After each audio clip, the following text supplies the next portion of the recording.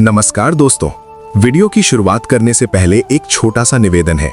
अगर आप भगवद गीता की सीख को अपनी रोजमर्रा की जिंदगी में अपनाना चाहते हैं, मन को शांत करना चाहते हैं और जीवन के हर उतार चढ़ाव को कृष्ण की दृष्टि से समझना चाहते हैं, तो कृपया हमारे चैनल गीता दृष्टि को सब्सक्राइब कर लीजिए। आपकी एक छोटी सी क्लिक हमें उन सभी लोगों तक ये ज्ञान पहुंचाने में मदद करती है जो अपने जीवन में सकारात्मकता और स्पष्टता की तलाश में है। दोस्तों, जीवन की इस भागदौड़ में हम हर दिन कुछ ना कुछ नया झेलते हैं। कभी पढ़ाई का दबाव हमें थका देता है, कभी परिवार की जिम्मेदारियां भारी लगने लगती हैं और कभी हमारी अपनी अपेक्षाएं ही हमारे लिए बोझ बन जाती हैं। कई बार लगता है कि हम दिन भर दौड़ रहे हैं, संघर्ष कर रहे हैं, मेहनत भी कर रहे हैं, लेकिन फिर भी मन के अंदर एक खालीपन, एक बेचैनी, एक अनकही थकान जमा होती चली जाती है। हम ये सब महसूस तो करते हैं, लेकिन इसे किसी से कह नहीं पाते और धीरे धीरे ये भावना हमारे भीतर एक गहरी परत की तरह जमने लगती है। आज मैं उसी परत को थोड़ा सा खोलने की कोशिश कर रहा हूं। एक सवाल आपसे, क्या आप भी ऐसा महसूस करते हैं कि कभी-कभी सब कुछ होते हुए भी मन शांत नहीं होता? क्या आपके साथ भी ऐसा होता है कि दिन भर काम करते हैं, पढ़ाई में लगे रहते हैं, परिवार के लिए भाग दौड़ करते हैं, फोन पर हंसते हैं, सोशल मीडिया पर एक्टिव रहते हैं, लेकिन किसी शांत पल में जब आप अकेले खुद के साथ होते हैं तो मन अंदर से पूछता है, मैं खुश क्यों नहीं हूं? ये सवाल बहुत गहरा है क्योंकि ये लगभग हर इंसान के मन में आता है, लेकिन हम इसे पहचानने से डरते हैं।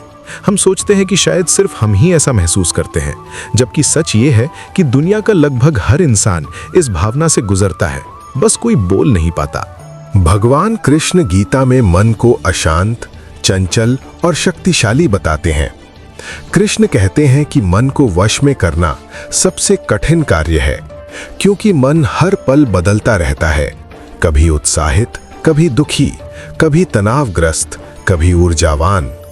यही मन हमें ऊंचाइयों तक भी ले जा सकता है और यही मन हमें नीचे भी गिरा सकता है।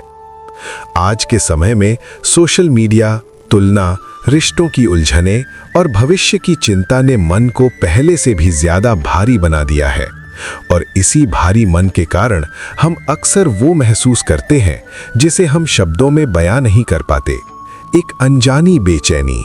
आज का इंसान बाहर से मजबूत दिखता है लेकिन अंदर से कमजोर हो रहा है। हम अपनी लाइफ को इतना जटिल बना चुके हैं कि मन को समझने की कोशिश ही नहीं करते।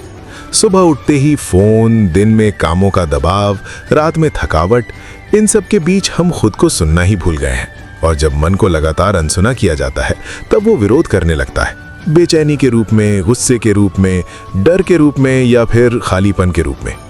गीता कहती है कि मन को ठीक करने का पहला कदम है अपने मन की स्थिति को स्वीकार करना। जितना हम इसे दबाते हैं उतना ही मन और भारी होता जाता है। कृष्ण हमें सिखाते हैं कि शांति का रास्ता बाहर नहीं, हमारे भीतर है।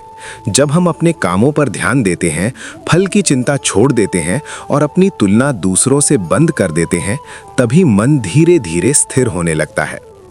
आज लोग दुखी इसलिए नहीं हैं कि उनके पास कुछ नहीं है, लोग दुखी इसलिए हैं क्योंकि वो दूसरों के पास क्या है उसे देखकर अपनी खुशी मापते हैं।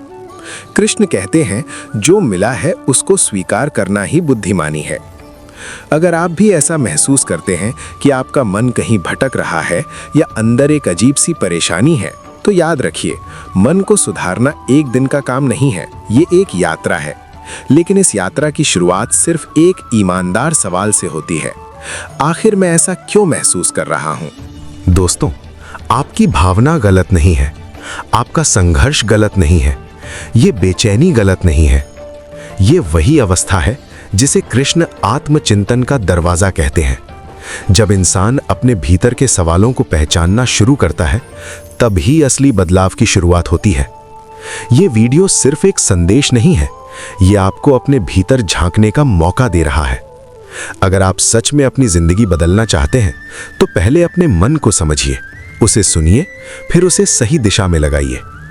कृष्ण का मार्ग हमेशा सरल है, बस उसे अपनाने की इच्छा चाहिए। अगर इस संदेश ने आपके दिल में थोड़ी सी भी हलचल पैदा की हो, अगर आपको लगा हो कि हाँ, ये सवाल मेरे मन में भी आता है, तो इस वीडियो को लाइक करें, कमेंट में जरूर लिखें, हाँ मैं भी ऐसा महसूस करता हूं।